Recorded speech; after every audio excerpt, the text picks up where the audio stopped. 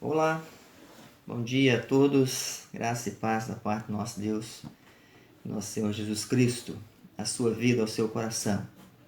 Aqui, Pastor Jardel, secretário presbiterial de Mocidades do PBJI.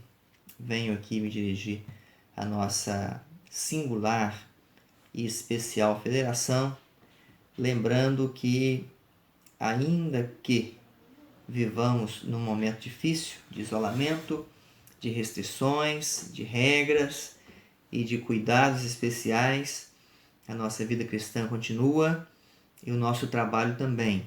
Já estivemos aí muito tempo em stand-by. Agora nós vamos, com a graça de Deus, aproveitar as oportunidades que Ele nos dá nesses dias para propagar o Evangelho, para fortalecermos a nossa fé, para desenvolvermos com dedicação o nosso amor a Deus e ao próximo, para nutrirmos a nossa alma com aquilo que provém do céu. E venho aqui nesta manhã falar com os irmãos pela palavra de Deus. Eu gostaria de fazer uma pequena meditação que tem como objetivo te alegrar, né? Já que somos alegres na esperança, e te fortalecer, já que somos fortes na fé. Te ajudar a se dedicar no amor e mantermos a nossa união em Cristo e no trabalho. Nós vamos ler o texto bíblico que se encontra no Evangelho de Lucas, capítulo 14, a partir do verso 25. Eu vou ler com alguma rapidez aqui para ganhar tempo. Diz assim o texto: grandes multidões o acompanhavam e ele, voltando-se, lhes disse: se alguém vem a mim e não aborrece seu pai, a sua mãe, e mulher, e filhos, e irmãos, e irmãs, e ainda a sua própria vida, não pode ser meu discípulo. E qualquer que não tomar a sua cruz e vier após mim, não pode ser meu discípulo. Pois qual de vós, pretendendo construir uma torre, não se assenta primeiro para calcular a despesa e verificar se tem os meios para construir? Para não ceder que, tendo lançado os alicerces e não podendo acabar, todos que a virem zombem dele, dizendo: este homem começou a construir e não pôde acabar.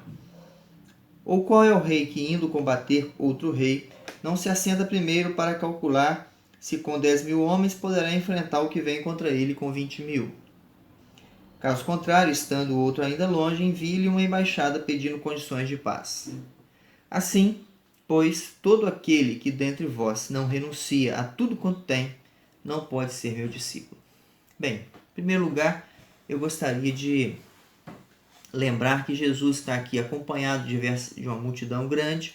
As pessoas querem ver Jesus, querem ouvir Jesus, querem ver o que Jesus vai fazer e querem se apropriar daquilo que Jesus tem para dar, ainda que, em grande medida, essas pessoas não queiram compromisso com Jesus, querem se valer daquilo que Jesus tem para oferecer sem nenhum tipo de comprometimento. Jesus então os confronta. Jesus traz à tona aquilo que está em seus corações e faz algumas afirmações chocantes. O texto nos traz 3 lições que se encontram no verso 26, no verso 27 e no verso 33. São as lições principais do texto, pois são os 3 versículos que terminam: não pode ser meu discípulo.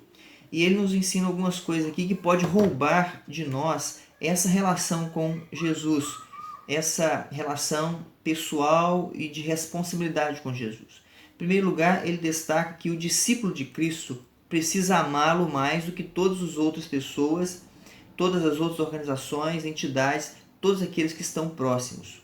Por isso ele diz: quem vem a mim e não aborrece a sua família, não pode ser meu discípulo. O termo aqui aborrecer significa amar menos.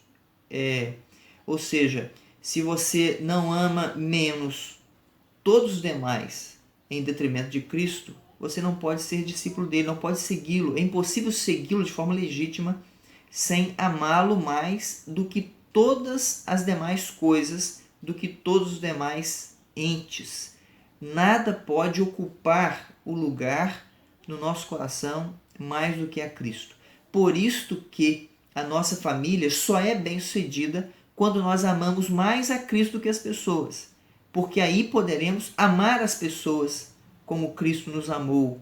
Nós podemos dar a elas aquilo que nós recebemos e entendemos que recebemos. Portanto, tenha cuidado onde você coloca o seu coração, onde você ou a quem você dedica o seu amor. Não faltam pessoas que afirmam de forma leviana que o cônjuge, o filho, ou a mãe, o pai, são o objeto de maior amor da sua vida. Cristo tem que ser, porque se não for, você não conseguirá amá-los direito. Nesses tempos de crise, de aperto, nós vivemos momentos difíceis nos quais as nossas emoções vivem profunda pressão. Cuidado, para que você não ame a pessoa errada. Segunda lição que Jesus nos traz é acerca dos projetos.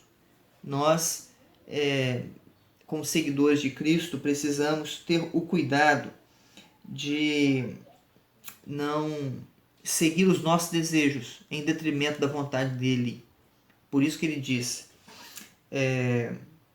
qualquer que não tomar a sua cruz e vier após mim, não pode ser meu discípulo. Isso quer dizer que o projeto de Cristo, a vontade de Cristo, aquilo que Cristo nos dá, precisa ocupar o primeiro lugar, precisa ter de nós a nossa maior dedicação.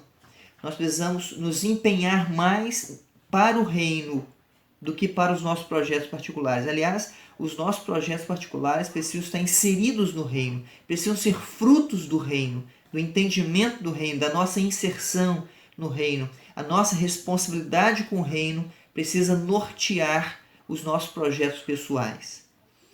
Projetos pessoais que são construídos em detrimento do reino nos afastam de Cristo, porque nós passamos a nos amar as nossas vontades, gostar mais das nossas interpretações e desejos do que aquilo que Cristo nos orienta a fazer, do caminho que Ele estabelece para nós. Então, cuidado para que os seus anseios, os seus projetos, os seus desejos não desviem você da caminhada que Cristo estabelece, do projeto de Cristo, daquilo que Cristo te dá. Não faça você deixar a carga de Cristo e assumir um jugo pesado, que é o seu próprio, natural. Cuidado com isso. Guarde seu coração dessas coisas. Nesses tempos que nós temos um certo tempo agora, por causa da reclusão, nossa mente trabalha com grande afinco. Então, cuidado, para que você não dedique seu tempo a coisas pessoais e abandone as coisas do céu. Terceiro ensino que Jesus nos traz é que nós temos que ter o cuidado de não ter afeição maior pelas possessões do que por Jesus. O verso 33 diz assim: assim, pois, todo aquele que dentre vós não renuncia a tudo quanto tem, não pode ser meu discípulo. As conquistas terrenas não podem ser maiores do que a conquista celestial. Os tesouros terrenos não podem ter um lugar no seu coração que deve ser dado aos tesouros celestiais.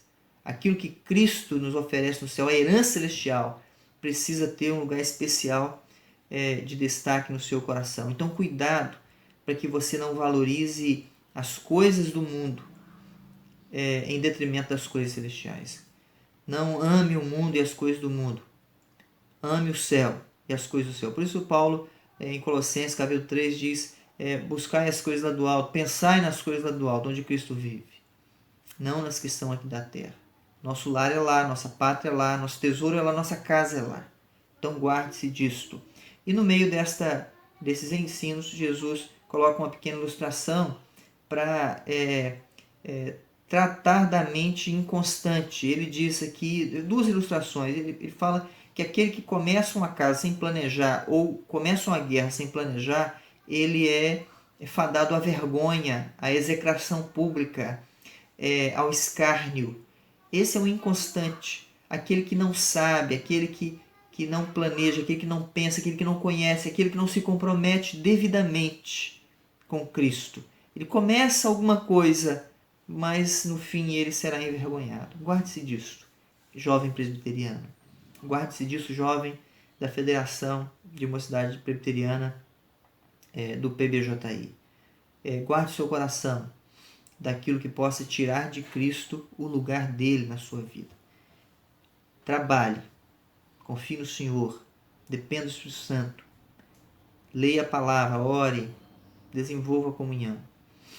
Não deixe que este período difícil que vivemos roube de você a coisa mais preciosa que você tem, que é a possibilidade de relacionar-se com o Pai.